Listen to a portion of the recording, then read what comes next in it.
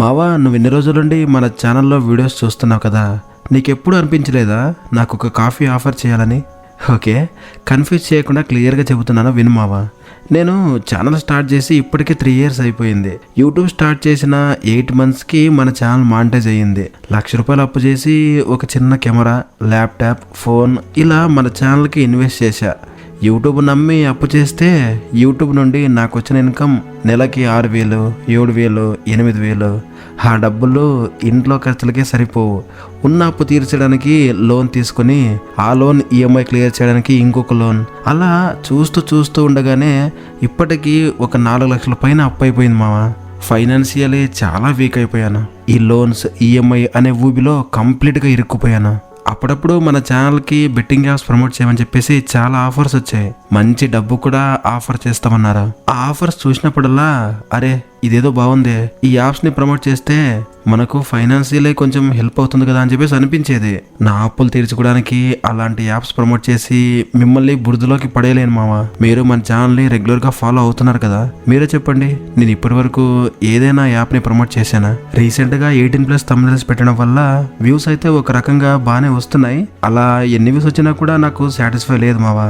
నాకు horror stories, horror movies చెప్పడం అంటేనే ఇష్టం. నువ్వు నన్ను ఒక ఫ్రెండ్లా భావిస్తే నా కష్టంలో పాలు పంచుకోమావా. నీకు వీలైనంత సహాయం చేయి. వీడేంట్రా ఇలా ఆడుకుంటున్నాడు అని చెప్పేసి చీపుగా చూడకు.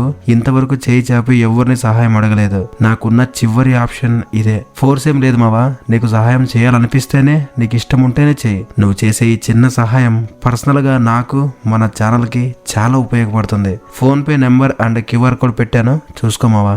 ఇక ఏమాత్రం ఆలస్యం చేయకుండా మూవీ స్టోరీలోకి వెళ్ళిపోదామా? ఈ మూవీ స్టార్టింగ్ లో మసూద్ అనే వ్యక్తిని చూపిస్తారు. అతన్ని పోలీసులు అరెస్ట్ చేసి ఎందుకు ఇలా చేసావు అని చెప్పేసి అడుగుతూ ఉంటారు.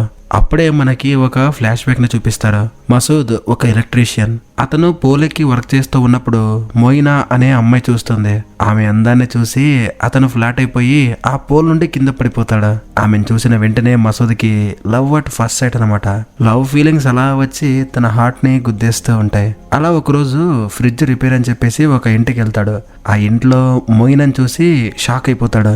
అలా ఫ్రిడ్జ్ ని రిపేర్ చేస్తూ మోయినాకి సైట్ కొడతాడు. ఇక పని పూర్తయిపోయిన తర్వాత మోయినా డబ్బు ఇవ్వడానికి వస్తే, చీ ఊరుకో, నాకు కూడా డబ్బు ఇస్తావా అని చెప్పేసి అక్కడి నుంచి వెళ్ళిపోతాడు. మోయినాకు కూడా మసూద్ నచ్చేస్తాడు.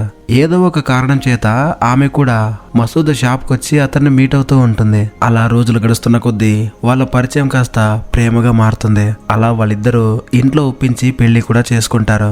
ఇక పెళ్ళైన తర్వాత ఫస్ట్ నైట్ రోజు మోయినా శోభనం చేసుకోకుండా నాకు కొన్ని కోరికలు మిగిలిపోయాయి, వాటిని తీరుస్తాను అంటేనే మన ఇద్దరికి శోభనం, లేకపోతే నేను శోభనానికి ఒప్పుకోను అని చెప్పేసి కండిషన్ వేస్తుంది. అలా ఆ కండిషన్స్ అన్ని తను ఒక పేపర్లో రాస్తుంది. ఆ కండిషన్స్ ఏంటో మన అమాయకుడు చదువుతాడు. అందులో నెంబర్ 1, ఆమెను తప్ప వేరే అమ్మాయిని చూడకూడదు. నెంబర్ 2, నేనేం అడిగినా కూడా లేదనకుండా నాకు కొనివ్వాలి. నెంబర్ 3, ప్రతి నెల నాకు కొత్త బట్టలు, బంగారం కొనిపెట్టాలి.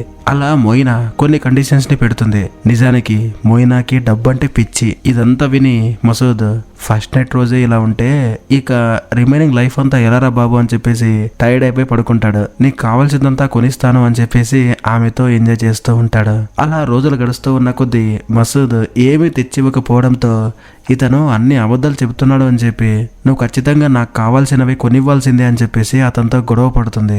ఊరంతా అప్పులైనా పర్లేదు, నా భార్యని సుఖపెట్టాలి అని చెప్పేసి అతను మోయినాకి అడిగినవన్నీ తెచ్చిచ్చినా కూడా ఆమె దురాశ ఇంకా చావలేదు. ఇక ఫైనల్లీ మసూద్, నాకు ఇప్పటికే చాలా అప్పు అయింది, అయినా కూడా నీ కోరికలు చావట్లేదు. నిన్ను సంతోష పెట్టడానికి నేను రాత్రి పగలు కష్టపడుతున్నాను, ఇదంతా నీకు అర్థం కావట్లేదా అని చెప్పేసి తిడతాడు. మరుసటి రోజు మసూద్ స్నానం చేస్తూ ఉన్నప్పుడు మోయినా, మా అక్క మొగుడు దుబాయ్ లో ఉంటున్నాడు, అక్కడ నుండి అతను చాలా డబ్బు పంపిస్తున్నాడు. ఇప్పుడు మా అక్క చాలా హ్యాపీగా ఉంది. నువ్వు ఇక్కడే ఉంటే మన బ్రతుకు ఇలానే ఉంటుంది. మనం బాగా సంపాదించాలి అంటే నువ్వు కూడా అక్కడికి వెళ్ళిపోవాలి అంటుంది. అప్పుడు మసూద్, నువ్వంటే నాకు చాలా ఇష్టం, పైగా మనిద్దరికి ఎవరు లేరు, నిన్ను ఒంటరిగా వదిలేసి నాకు వెళ్ళడం ఇష్టం లేదు అని చెబుతాడు. వెళ్తాడు. అప్పుడు మొయినా, ఇవన్నీ వద్దు, మన ఫ్యామిలీ గడవాలి అంటే మనకు డబ్బు కావాలి. నిన్ను దుబాయ్కి పంపడానికి ఒక ఏజెంట్ ఫోన్ నంబర్ కూడా నేను తీసుకున్నాను, ఒకసారి ఆ ఏజెంట్ ని మీట్ అవ్వు అని చెబుతుంది. మసూద్ మొదట్లో ఒప్పుకోడు. అయితే తన భార్య సంతోషం కోసం ఇల్లును తాకట్టు పెట్టి వెళ్ళడానికి రెడీ అవుతాడు. వెళ్తూ వెళ్తూ తన భార్యని జాగ్రత్తగా చూసుకోమని చెప్పి తన బెస్ట్ ఫ్రెండ్ అయిన జుహైర్ కి చెబుతాడు. అప్పుడు మొయినా దగ్గర, నేను సంపాదించే ప్రతి రూపాయి నా బెస్ట్ ఫ్రెండ్ అయిన జుహైర్ కి పంపిస్తాను, నీకు డబ్బు కావలసినప్పుడల్లా తన్ని అడుగు, ఇంట్లోకి కావలసిన వస్తువులన్నీ జుహైరే నీకు తెచ్చిస్తాడు, నువ్వు జాగ్రత్తగా ఉండు అని చెప్పి దుబాయ్కి వెళ్ళిపోతాడు.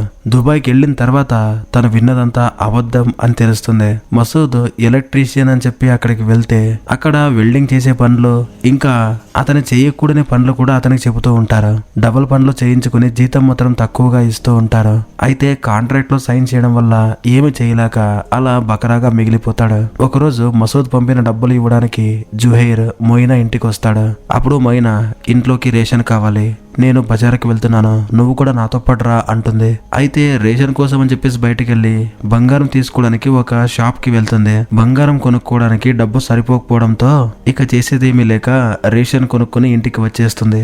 అదే రాత్రి జుహైర్ మళ్ళీ మొయినా ఇంటికి వెళ్తాడు. మొయినా ఇంతకు ముందు షాప్ లో చూసిన ఆ చైన్ ని గిఫ్ట్ గా తీసుకుని వచ్చుంటాడు. నేను ఇప్పుడు ఒక బిజినెస్ స్టార్ట్ చేశాను, ఆ బిజినెస్ లో నాకు డబ్బు బాగా వస్తుంది, ఈ డబ్బుని ఎవరికి ఇవ్వాలో నాకు తెలియట్లేదు, అందువల్ల మీకోసం నెక్లెస్ తెచ్చాను అని చెబుతాడు. ఇక బంగారాన్ని చూసిన తర్వాత మొయినా ఊరికే ఉంటుందా, వెంటనే దాన్ని తన మెడలో వేసుకుంటుంది. అదే టైంలో బయట బాగా వర్షం పడుతూ ఉంటుంది. ఇక జుహైర్ ఆ చైన్ ఇచ్చి ఇంటికి తిరిగి వెళ్తూ ఉన్నప్పుడు కాలు జారి కింద పడిపోతాడు. అప్పుడు మొయినా అతన్ని లోపలికి తీసుకెళ్లి చేంజ్ చేసుకోవడానికి బట్టల్ని ఇస్తుంది. అదే మంచి టైం అని చెప్పేసి జుహైర్ ఆమెని టెంప్ట్ చేయడం స్టార్ట్ చేస్తాడు. ఇక మొయినా కూడా చాలా రోజుల నుండి ఒంటరిగా ఉండడంతో అతనితో కమిట్ అయిపోతుంది. ఇక పని పూర్తయిపోయిన తర్వాత మొయినా తను చేసిన దానికి గిల్ట్ గా ఫీల్ అయిపోయి జుహైర్ ని తిట్టి బయటికి పంపించేస్తుంది. మరుసటి రోజు జుహైర్ సారీ చెప్పడానికి మళ్ళీ మొయినా దగ్గరకు వస్తాడు. అప్పుడు మొయినా, నువ్వు చేసింది చాలా పెద్ద తప్పు, ఈ తప్పు మీ అన్నకి తెలిస్తే మన ఇద్దరిని చంపేస్తాడు, నీకు అసలు కొంచెం కూడా బుద్ధి లేదా అని చెప్పేసి తిట్టేస్తుంది. అదే టైంలో జుహైర్ మళ్ళీ ఆమెని టెంప్ట్ చేయడం స్టార్ట్ చేస్తాడు. ఈసారి కూడా మొయినా కంట్రోల్ చేసుకోలేక అతనితో పాటు ఎంజాయ్ చేస్తుంది. ఇక ఆ రోజు నుండి వాళ్ళిద్దరూ మసూద్ ని మర్చిపోయి భార్యాభర్తల్లాగా ప్రతిరోజు ఎంజాయ్ చేస్తూ కాలం గడిపేస్తూ ఉంటారు. ఇటువైపు మసూద్ ఏమో ప్రతిరోజు కష్టపడుతూనే ఉంటాడు.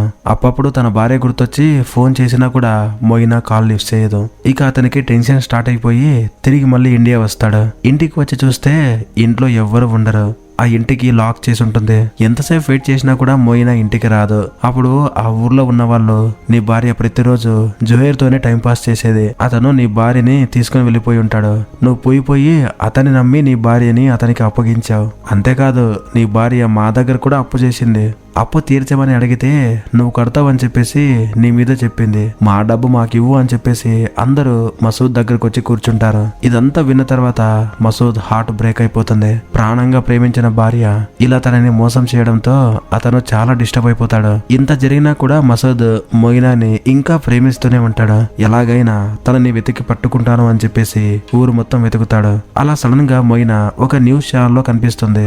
అప్పుడు మసూద్ అది చూసి ఆ ఛానల్ ఓనర్ ని కాంటాక్ట్ అవుతాడు. ఇక ఫైనల్లీ ఎలాగో అలా మొయినాని మీట్ అవుతాడు. అయితే మొయినా మాత్రం ఏం మాట్లాడకుండా అతన్ని ఇగ్నోర్ చేసి వెళ్ళిపోతూ ఉంటుంది.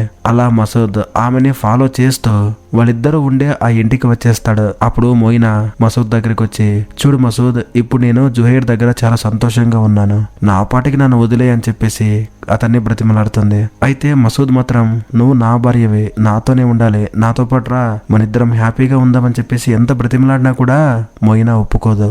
ఇక చేసేదేమీ లేక మసూద్ మైన్స్ లో వర్క్ చేయడానికి వెళ్తాడు. అక్కడే మసూద్ కి ఒక జాక్ పాట్ తగులుతుంది. తనకి ఒక టనల్లో గోల్డ్ బిస్కెట్స్ దొరుకుతాయి. ఈ విషయం వెంటనే మసూద్ మొయినాకి కాల్ చేసి చెబుతాడు. మొదట్లో మొయినా నమ్మదు. అలా జుహైర్ దగ్గర ఈ విషయాన్ని కన్ఫర్మ్ చేసుకున్న తర్వాత మళ్ళీ మసూద్ కి కాల్ చేస్తుంది. ఇటువైపు మసూద్ ఆ గోల్డెన్ బిస్కెట్స్ ని సేల్ చేయడానికి వస్తాడు. అయితే సేట్ మాత్రం ఇదంతా డూప్లికేట్ అని చెబుతాడు. అది విన్న మసూద్ చాలా బాధపడతాడు. అలా కొద్దిసేపు ఆలోచించిన తర్వాత, కష్టపడి డబ్బు సంపాదించడం నా వల్ల కాదు, ఒక బ్యాంకులో దొంగతనం చేద్దామని చెప్పేసి ఫిక్స్ అయిపోయి మరుసటి రోజు బ్యాంకుకి వచ్చి అక్కడ ఉన్న సెక్యూరిటీ గార్డ్ తో పరిచయం పెంచుకుంటాడు.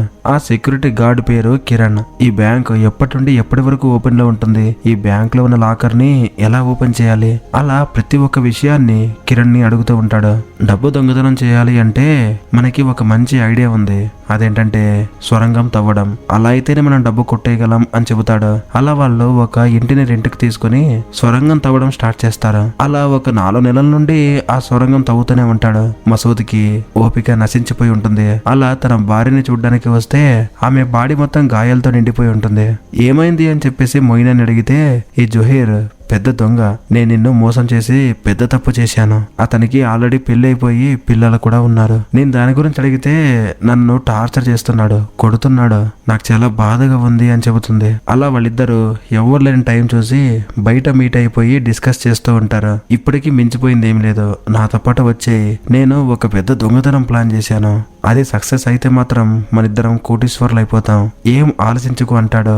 దానికి మొయినా కూడా ఒప్పుకొని సరే అని చెబుతుంది. అలా లోపల సొరంగం పూర్తిగా తవ్వి లాకర్ రూమ్ లోకి వెళ్ళిపోతాడు. ఆ లాకర్ లో డబ్బు చూసిన తర్వాత మసూద్ చాలా హ్యాపీ అయిపోయి ఒక వీడియోని తీసి తన భార్యకి పంపిస్తాడు. మరోవైపు ఊర్లో వాళ్ళంతా జుహైర్ ఊర్లో ఉన్న అమ్మాయిలతో మిస్బిహేవ్ చేస్తున్నాడు అని చెప్పేసి అతన్ని కట్టేసి కొడుతూ ఉంటారు. మొయినా మాత్రం అదేం పట్టించుకోకుండా మసూద్ సెండ్ చేసిన వీడియో చూసి డబ్బు కోసం ఆశపడుతుంది. అలా ఆ దొంగతనం గురించి న్యూస్ లో స్ప్రెడ్ అవుతుంది. అలా ఆ సొరంగాన్ని ఫాలో చేస్తూ మసూద్ ఉంటున్న ఇంటికి వచ్చి అతని కోసం వెతుకుతారు. మసూద్ ని పట్టించిన వాళ్ళకి 5 లక్షలు ఇస్తామని చెప్పేసి అనౌన్స్ చేస్తారు. న్యూస్ లో ఈ ప్రకటన విని మొయినా ఆ 5 లక్షలకి ఆశపడుతుంది. మసూద్ పంపిన ఆ వీడియోని పోలీసులకి చూపిస్తుంది. అప్పుడు పోలీసులు ఏం చేస్తారో తెలుసా?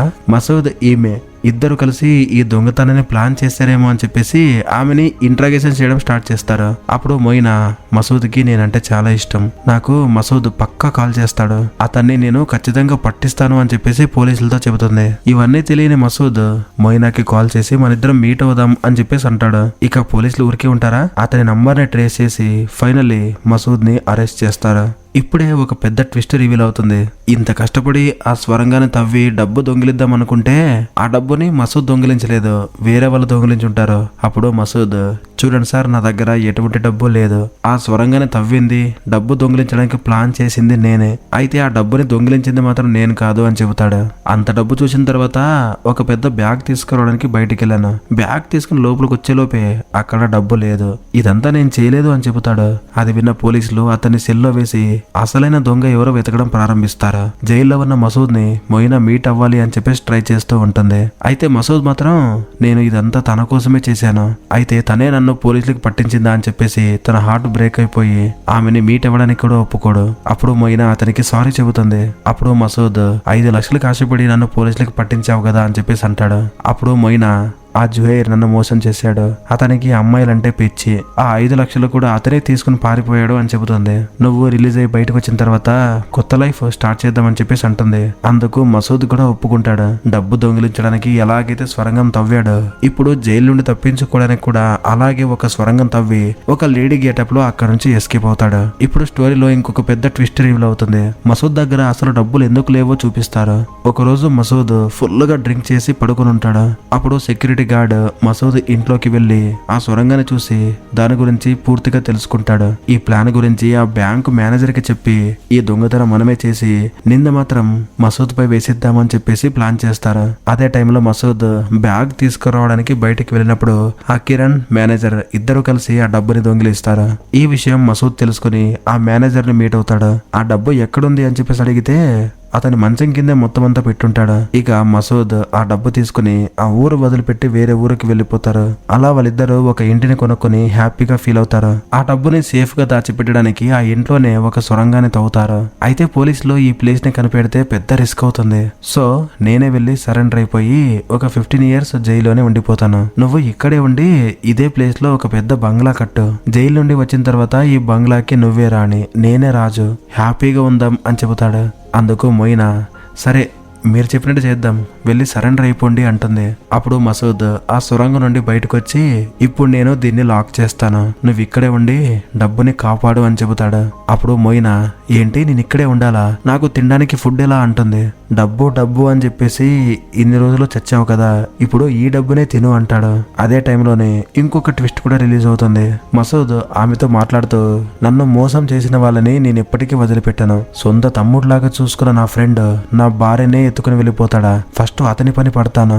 నిన్ను రాణిలాగా చూసుకోవడానికి నేను వేరే దేశం వెళ్ళి కష్టపడితే నువ్వు నన్నే మోసం చేస్తావా అని చెప్పేసి పెట్రోల్ పోసి ఆ ఇంటినే తగలబెట్టేస్తాడా? ఇంత కష్టపడి దొంగిలించిన ఆ డబ్బు కూడా కాలిపోతాయి. ఇష్టపడి పెళ్లి చేసుకున్న పెళ్ళాం కూడా చనిపోయింది. నన్ను మోసం చేసిన వాళ్ళని నేను ఎప్పటికీ వదిలిపెట్టను అని చెప్పేసి ఒక డేంజర్ లుక్ ఇచ్చి అక్కడ నుండి బయటకు వచ్చేస్తాడు. ఇంతటితోనే ఈ మూవీ స్టోరీ కూడా ఎండ్ అయిపోతుంది.